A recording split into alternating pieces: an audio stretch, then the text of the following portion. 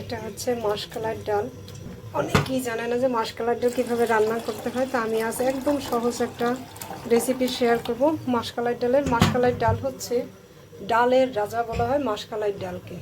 তুমি আজ সকালেই ডালটা ভিজিয়ে রেখেছিলাম, প্রায় 4 ঘন্টার মতো ডালটা ভিজছে, ধুয়ে ঠুয়ে ভিজিয়েছিলাম। আর এখন হচ্ছে আমি যে সামুদ্রিক লবণ দিয়ে দিচ্ছি, আর হচ্ছে একটুখানি হলুদ দিয়ে দিব, ডালটা সিদ্ধ করব। তারপরে আবার দেখাবো কি করি আজ সহজ রেসিপি একদম। এটা সিদ্ধ হতে থাক। যে মাসকলাই ডালটা সিদ্ধ হয়ে গেছে, একটু দেখাচ্ছি, সিদ্ধ হয়ে গেছে। এরপরে আর কোনো কাজ নেই, এটা আমি এখন ঢেকে চুলা বন্ধ করে দেব। পরবর্তী অংশ দেখাবো।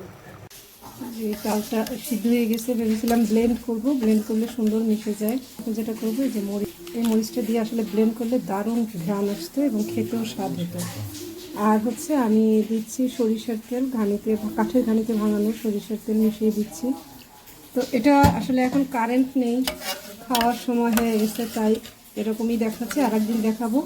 এটা ব্লেন্ড করলে খুব সুন্দর হয়।